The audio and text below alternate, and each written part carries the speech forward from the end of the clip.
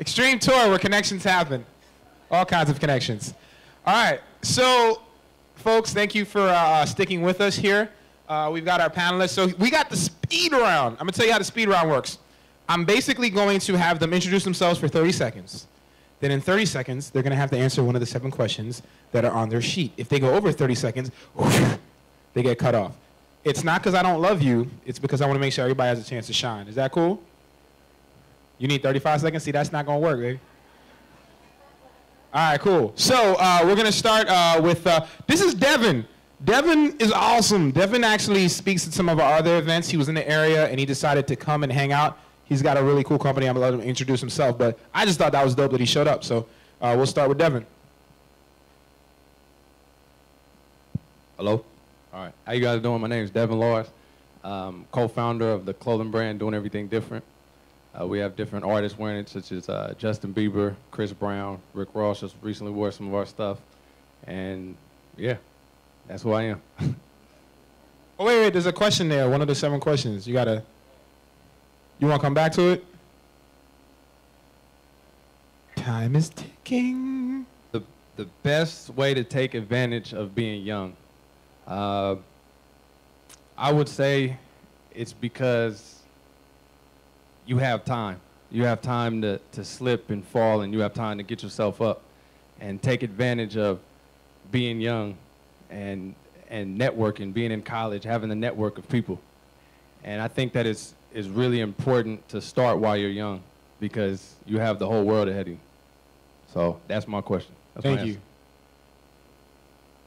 Do I really have to go again? Yes. Okay.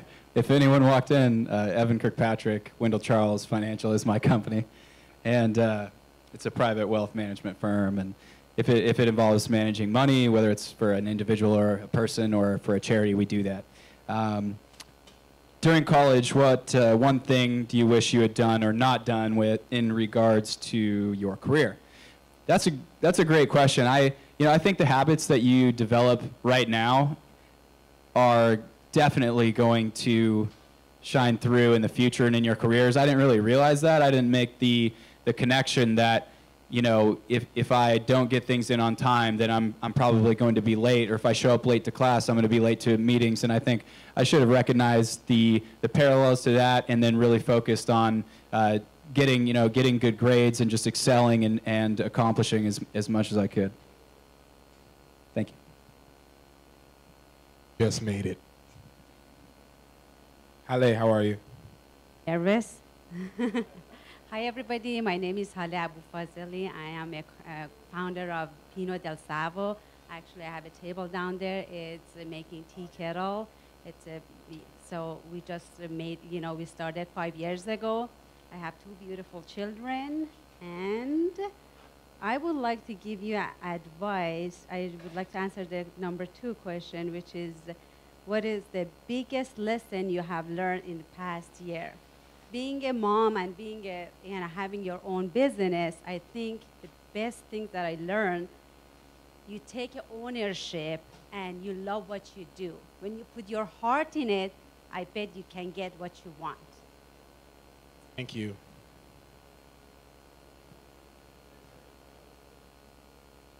Hear me? There we go. My name is Eric Coral. I am the co-founder of Fundable.com, and we help entrepreneurs raise capital for their companies. The key piece of advice that I'd like to pass on, it's actually 2 parts, is 1, start early. Start now if you can. Can I get you a little bit more volume? A little bit more volume. Start early.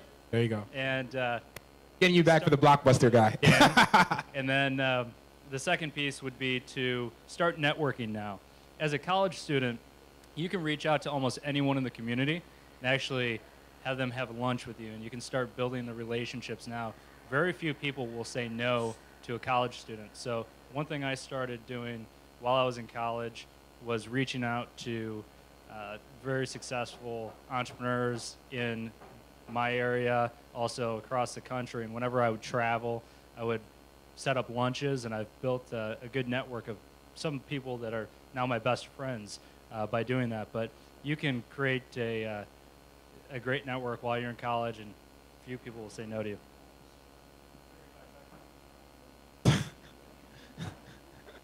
I'm Andrew Davidge, and I founded 408 Graphics, which does race car and race trailer graphics and also for retail locations. But my new project is called Vintage Electric, and it's that electric bicycle that's been sitting over there.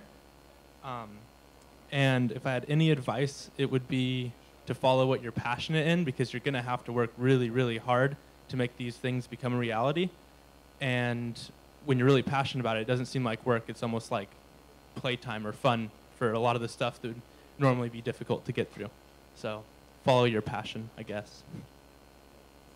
Awesome. Thank you, guys. So what I want to do now is I want to open it up to you guys. You know, what questions do you have for our panelists? They each have a different area of expertise. So especially I spoke to a couple of you guys during the breaks who had business ideas. Feel free now to ask questions about how to develop those now that we have this awesome brain trust up here. So who's got some questions? Website, Eric, that helps entrepreneurs raise money?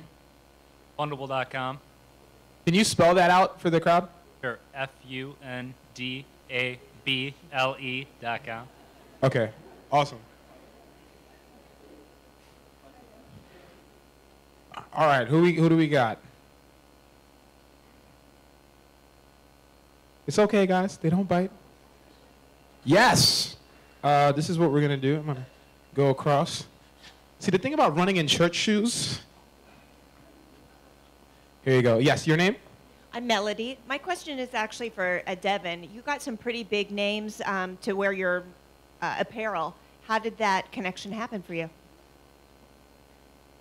Didn't come easy. It took a lot of time to get to that point. Networking, building strong relationships, not focusing on money per se, focusing on building a quality product and quality relationships and keeping those relationships. That's one of the biggest things that got us to the point where we are now, is that networking and developing those strong, healthy relationships. So I just want to build on top of that, Devin. So now that's a very good question. So what are some things that you do to keep those relationships going? Like, I mean, just meeting you, I noticed that you're very good at following up, but what are some habits that you have when you make a new relationship that make the relationship thrive, that make people want to come back and connect with you? Follow-up is very important. Following up, making people feel special and taking the time to show them that you care by sending them, emails, following up with them, going out of your way to really make them feel special. And that's really important to get those strong, healthy relationships. And one more part, because I think for a lot of people, they think, well, it's so impossible to get someone that seems out of reach. Can you give a specific strategy that you did to get your clothing in front of the eyes of some of these celebrities? Well, what I did is I didn't focus on the celebrity per se. I focused on the people around them. The people that everybody tries to go to the main person. Like, everybody tries to go to the celebrity, but you have to build those strong relationships with the people around them and build up your name and your reputation with them, and they'll vouch for you. And once you get people talking for you and you don't have to talk for yourself and they'll vouch for you, that's when people will really accept you and open up opportunities to you. Next question. Yes. Hi, how are you? What's your name? Darlene. So my question is in the social entrepreneurship area. And what I hear also in the entrepreneurship area is that network is so important. But when it comes to needing, say, political contacts or maybe, city contacts in order to get some of the social entrepreneurship things that you want to get going, and you don't have those connections, how do you make those connections? Sure, really good question. I think it goes back to the network. I think that Eric was mentioning, and the key is to make friends and make genuine friendships with people. Don't just try to get something for them, provide value for them, care about them. Don't go into the relationship thinking that you want to get something. But specifically about politics, I've been active in politics since 2006. I ran a state legislature campaign in Washington State, and then I'm the treasurer of political organization, Southern California political organization, that we have monthly meetings, and I bring in the speakers. So if I want to meet somebody, I typically ask them to speak. So I would say just there's working on their campaigns. You know, I think that politics absolutely gets a bad rap, and perhaps rightfully so at times. But there's no doubt that there is major influential power in the things that they can get done and quickly. So focus on hanging around, helping their campaigns, and you know, even making contributions if you truly believe that they should be representing you in your district. And it's a small circle in politics. It's only a handful of people, and typically they're all interconnected. So just jumping into those meetings would be my my advice. Great question, great comment. We have one back there. I want to name a few of your classes that were very useful in what you're doing right now. What would be the top 3? So if you guys didn't hear the question, if I heard that right, what classes did they take? Classes that you took during your college years, which one, the top 3 that were the most important one in arriving at your success today? What are those? So I know you guys have some entrepreneurship classes here, and I looked over some of the curriculum, and it seems like you have some great courses available to you that cover entrepreneurship.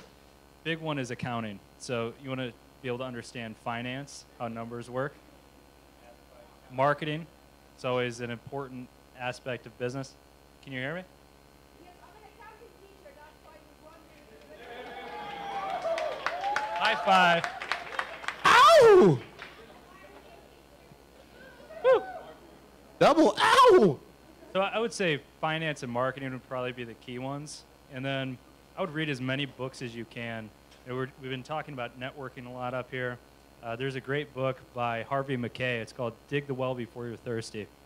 And it talks about building valuable relationships, and it talks about the importance of follow-up and just building good relationships in your life and how you can be a better friend to people. It's a great book. It's definitely worth the investment to take the time to read that. I just want to build on what Eric said. If you guys wouldn't mind just all sharing one book, we're just going to go down each person that you think is can't miss book if you're trying to start a business and be a young entrepreneur. My favorite book is Think and Grow Rich by Napoleon Hill. It just talks about what you think about and the power of your thoughts, and the power that you really have with just thinking something. And it talks about positive thoughts and really thinking about your success. I agree with that, but I'll switch mine. Thanks. I would go with.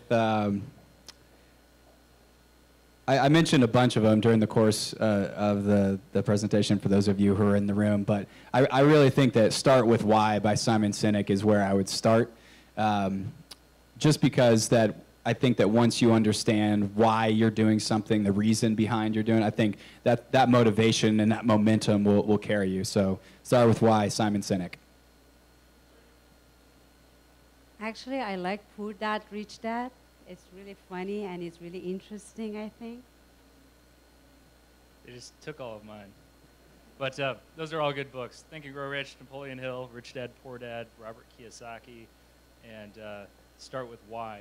I just want to give a quick analogy on the why topic, because the reason I said earlier to focus on something that's a problem in your life that you experience on a regular basis to solve that problem is because you're going to be passionate about it. And when you're looking at entrepreneurship as a career, if you turn that, I'm going to do it or I might do it into a I must do it, and create a why around that, why you have to get there, why you're going to make this a key point of your life, you'll get through all of the obstacles to make it happen. And think about if you're driving your car to the grocery store and your car breaks down, or if you're driving your sick child who just fell and bashed their skull open to the emergency room. You're going to find a way to get to the hospital no matter what. And it's having a strong why and that purpose and passion that's going to carry you on. I'm not a big reader, but but I thought the Steve Jobs book was pretty inspirational. I don't know, kind of teaches you to think differently and think outside the box.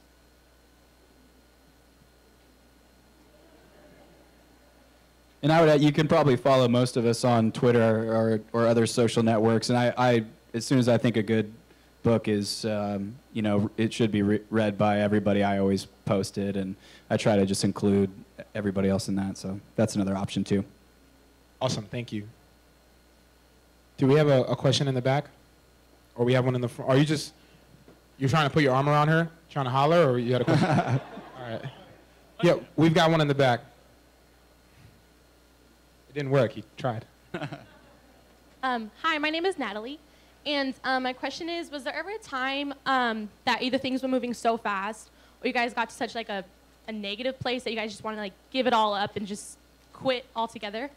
And like, how did you guys get out of it if you guys got there? So the way I heard your question was, things are moving so fast that you just didn't know what to do, you got kind of frozen, and how did you get out of it? Did I hear the question right? Yeah, or you got to like a really negative point where things were just kind of going out of control to a point and you just didn't know what to do and you almost just gave up your business altogether. Well, I would say one of my most challenging times, my grandfather passed away, and he passed away like literally in my arms, and it sent me into a dark place. So a lot of your personal stuff affects your business. You know, how you are is how your business is going to be. And I had to use that pain, and I had to use that struggle to kind of push me forward and use it as fuel to keep going. So you have to take those challenging times and you have to use it as energy. You have to use it and take it and convert it to positive energy to keep you going. And surround yourself around positive people and around mentors that could kind of help you through different times. I definitely, that's a really good question. I think every entrepreneur has, everyone on this panel I'm sure can attest, there are plenty of times where you want to give up. That's maybe once a week for me. It's hard. It can be hard at times, but the rewards, it far outweighs any obstacles. So if you come up to that point, I would say, you know, give it a rest. I think you have to be willing to step away at times and go do something fun and kind of remember, make sure to have a life and have people that you hang out with that don't really care about your business, in addition to the networks that we're building and the political contacts and everything. Just, you know, be with your friends and remember that, you know, there's more to life than that. And, you know, go back to the why, you know, all the people that you can help. And that usually powers through, but or you scream really loud.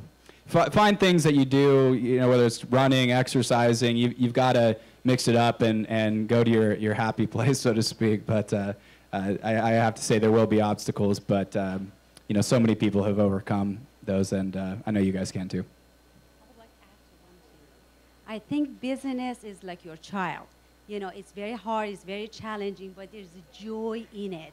And, you know, it's just like your child. You have to have it, and you have to take care of it. You have to watch it all the time, and you enjoy it. Enjoy it. It's really fun. It's really fun. It has a hard time in it, but it's really fun. It's a great analogy. I love that. So, yeah, downtimes are inevitable with entrepreneurship. It's, you know, things are going to happen that make you upset. You're going to have employees that don't do things they're supposed to. You're going to have business partners that don't act the way you might want them to. You're going to run into obstacles when you hit entrepreneurship scale, and sometimes just in the starting phases of it. But key thing is just keeping things in perspective. And usually problems with entrepreneurship and owning your own company, I like to call those high quality problems, because when you're in a position that you're dealing with problems around owning your own business, it's a pretty high quality problem. You know, it's not you getting a pink slip and getting let go from work, or, you know, showing up that the office doors are locked at some place you work. And employees deal with greater problems, you know, I would say at least as many or greater problems than entrepreneurs do. When I get in kind of a bad state, I have a couple of things that I do. You got to know when to quit and walk away. Not quit the whole thing, but know when to take a break and walk away and come back. Seems like your mind is a lot more refreshed, and you know kind of the solution tends to come to you. And another thing is when it gets really hard, just always have a positive intention that it's going to get better, and it tends to always get better. So that's kind of the advice that I have. I'm just going to add one more piece on there. Is You got have, 5 seconds. Have friends that are entrepreneurs. So have people that are also entrepreneurs that you can talk to when you run into tough times.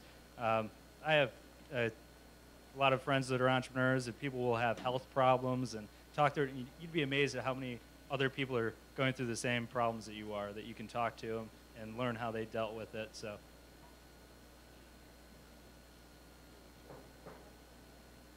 So, actually, I just want to make sure everyone's still with me real quick. Everyone, if you're still with me, do me a favor. Let me hear you clap twice. Clap 3 times. Clap 4 times. Clap 6 times. 0 clap. Okay, you guys are good. Can't do it. All right. I like it. You guys are getting smarter. Cool. You know, I'm kind of curious. I heard a couple of the keynotes, modeling successful people. Can you guys just kind of speak really quickly about maybe a mentor that you had, maybe someone that inspired you or specifically did something that you think was a benefit to your development as an entrepreneur? Mentorship is very important, especially being an entrepreneur, because there's a lot of stuff that you're going to be faced with that you're not going to see. And it's good to have a mentor that could kind of be there for you when you go through those challenges.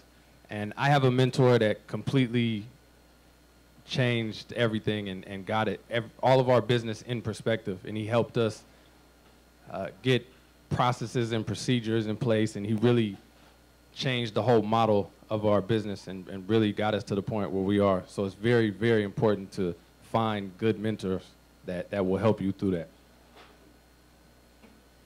That's good. And I would also add the quote, Sidney J. Harris, don't take advice from someone who hasn't had your kind of trouble.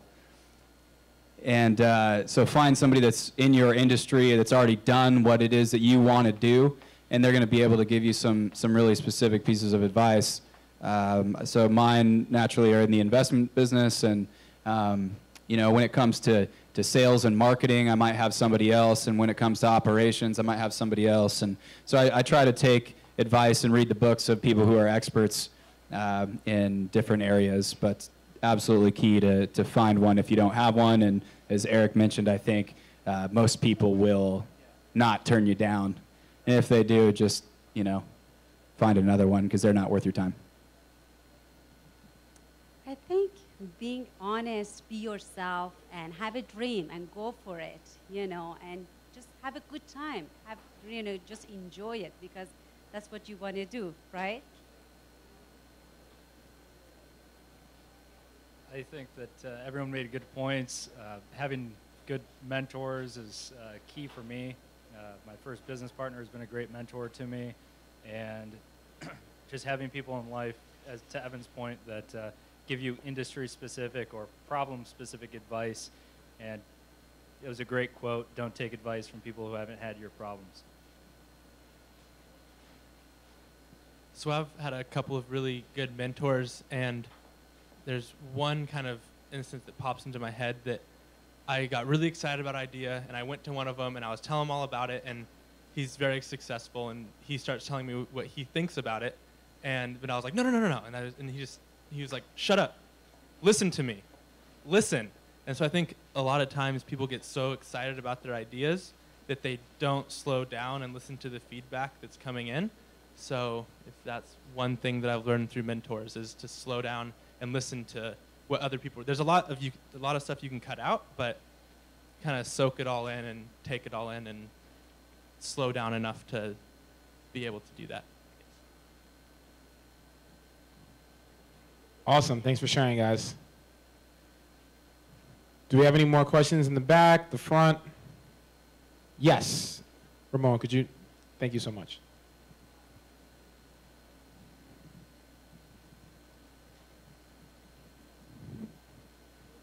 Hello. Hello. So is it like always or rare where like one of your employees or like hired executives makes more money than you, or do you make the most?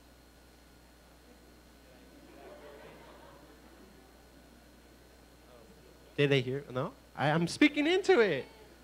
Oh, so is it rare or always where a hired executive or one of your employees makes more money than you? Like, is it rare or always?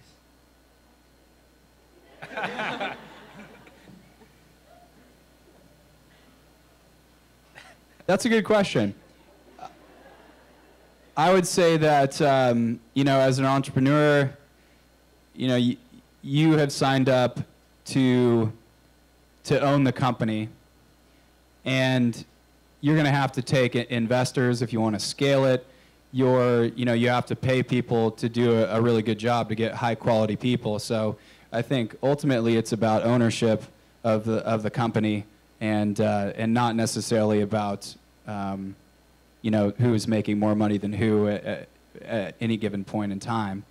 I can say from personal experience, I've been involved with companies where that was happening, and I know many people where that was happening. But I think long term, you know, the role of an entrepreneur is, they always say that the entrepreneur, the business owner, they're always the last to get paid, because your company doesn't work if you don't pay your employees and pay them well, treat them well, benefits, do the whole thing. So I think that's okay in the short term, but in the long term, I think you know, you'll have the upside there. Is that political enough for everyone? But I do mean that. I really do. I think it's okay. Does that answer your question? Okay, good.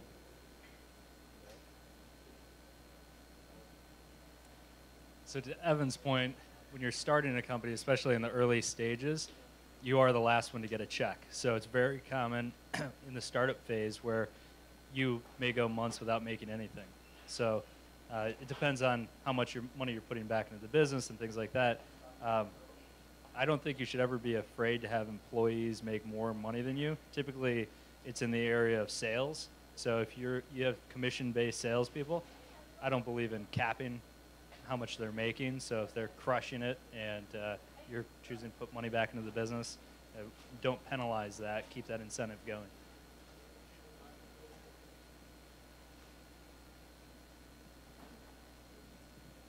The mic's not gonna bite you. Why? She's like, don't give it to me. So do we have any? Okay. This is for all of you. Besides the money and successful, what was your main focus in the company? Main focus? You focus by how he spends most of his time, or so how he spends the priority of his priority time. Where does it go to? Is that Just mainly to build your company? What'd you mainly have to focus on and like really give time to create? So I'm hearing that, unless I'm hearing you wrong, and if I am, we have to move on. Don't hate me. In building your company, what are the if you could create a pie chart, where should you be spending your time? Mine was, like I said before, building strong relationships and building a quality product, focusing on that. My main goal was to provide a quality product that I could share with the world. That was my main focus. Your focus was more on product development? Yeah, product development. Yeah, okay. Exactly. I think that's a great answer. I think there are two ways you can look at it. If you're in a business that you know, you don't want to raise money, you don't want to raise outside venture capital, then 99% of your time should probably be focused on making money and creating sales in order to keep the company alive and build it out. Obviously, you've got to have the quality product. You've got to be able to back it up, or you're gonna have trouble with sales. If you were in a different business and maybe you're in tech or something like that, you should be focused 99% on product development, making it the best thing ever, and then once you get to that point, switch over and get the funding that you need. My main focus is just serving the community. I love hospitality, and I love to take care of other people. I think that other people comes first in my life. And I love to serve people, to give. I believe in my product, and I would love to show it to the world and let them know that drinking tea is very healthy and makes you calm. I'm not kidding. I do, and taste, exactly. I'm not kidding. I give away so many kettle every month, and I raise money for charity. And I love money. Everybody loves money. But for me, it's just serving the community and showing them, especially for young generation, they have to learn to be healthy, drink healthy, and be sharp, be healthy, be happy. So that's my Is the tea available on the back? I know. I was just thinking, oh my gosh, because I was helping to do this, and I totally forget to bring tea. You have your cards, I'm their happy. website, so they Yes, can. Okay. yes, yes. So we'll have a way to connect with Ale on the back end. Yeah. Just reserved one. But, wow, what should you focus on? Main focus, I love working with entrepreneurs. All of the companies I've started have been around that, so that's, I'm not going to cover that. What I would like to focus on is what's going to drive your business. It's learning how to acquire customers. If you can learn how to sell and acquire customers, you can solve every other problem. So if you can get customers to order your product, if you can get pre-orders for your product, get out there, start talking to customers early, get feedback, and be out there, make it happen, and that's going to help you hire people, it's going to help cover costs, it's going to keep your business running, and sales solves all things.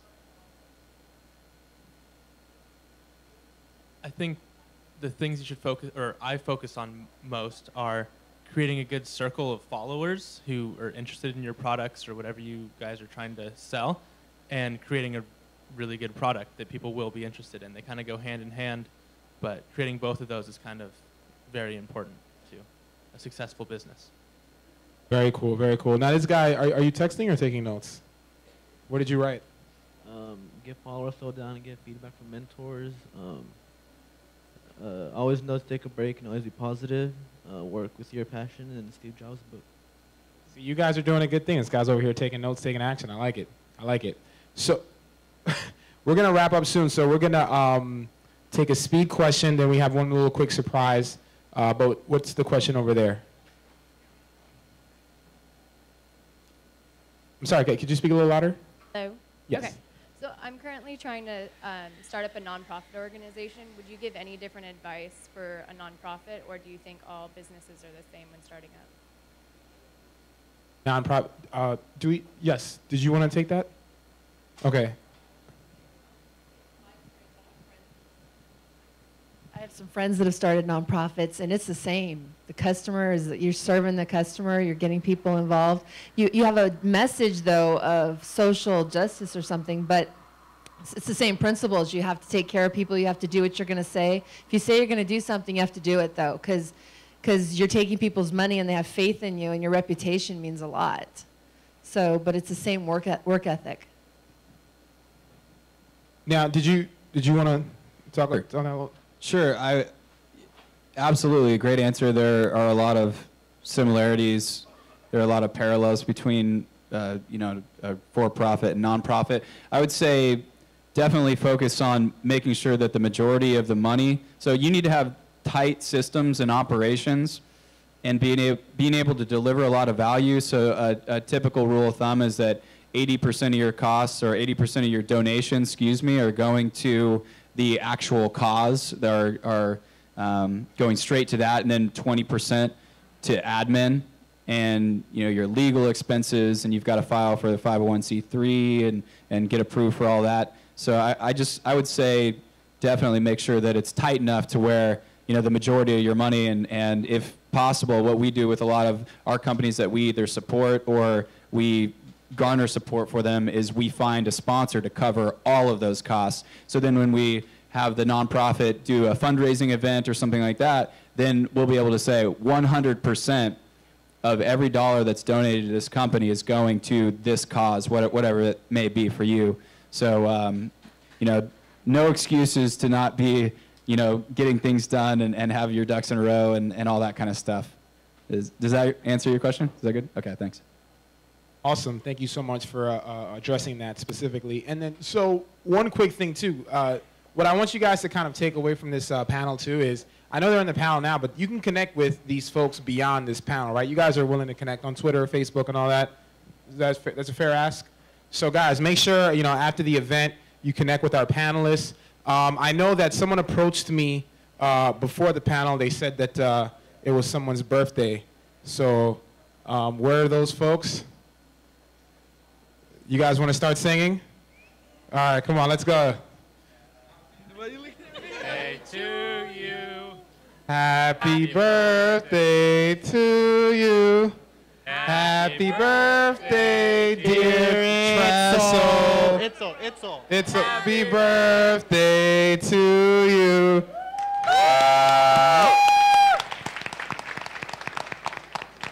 What's your name? Itzel.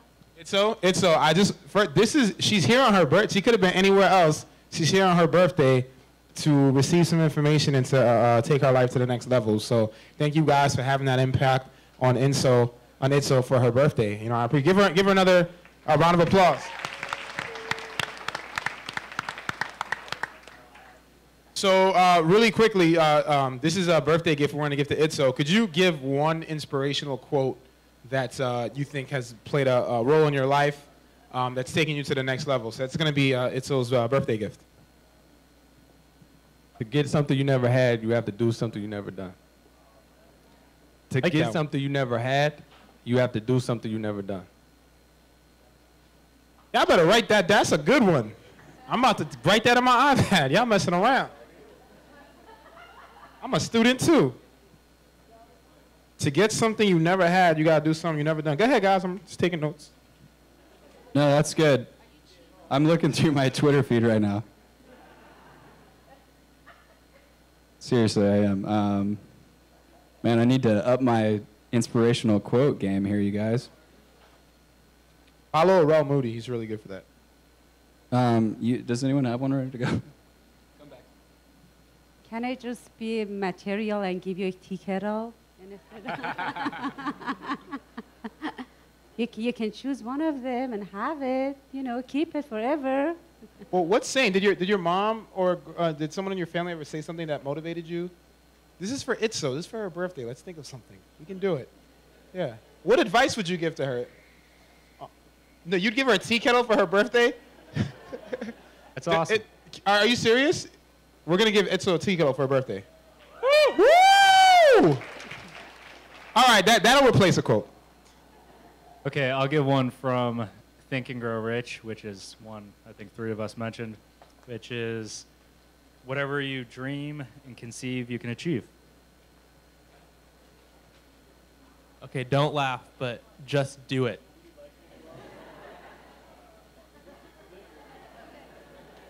I like it, because if you say it with enough swag, it works, right? All right, so we're, let's please give another round of applause for our panelists. You guys may exit the stage.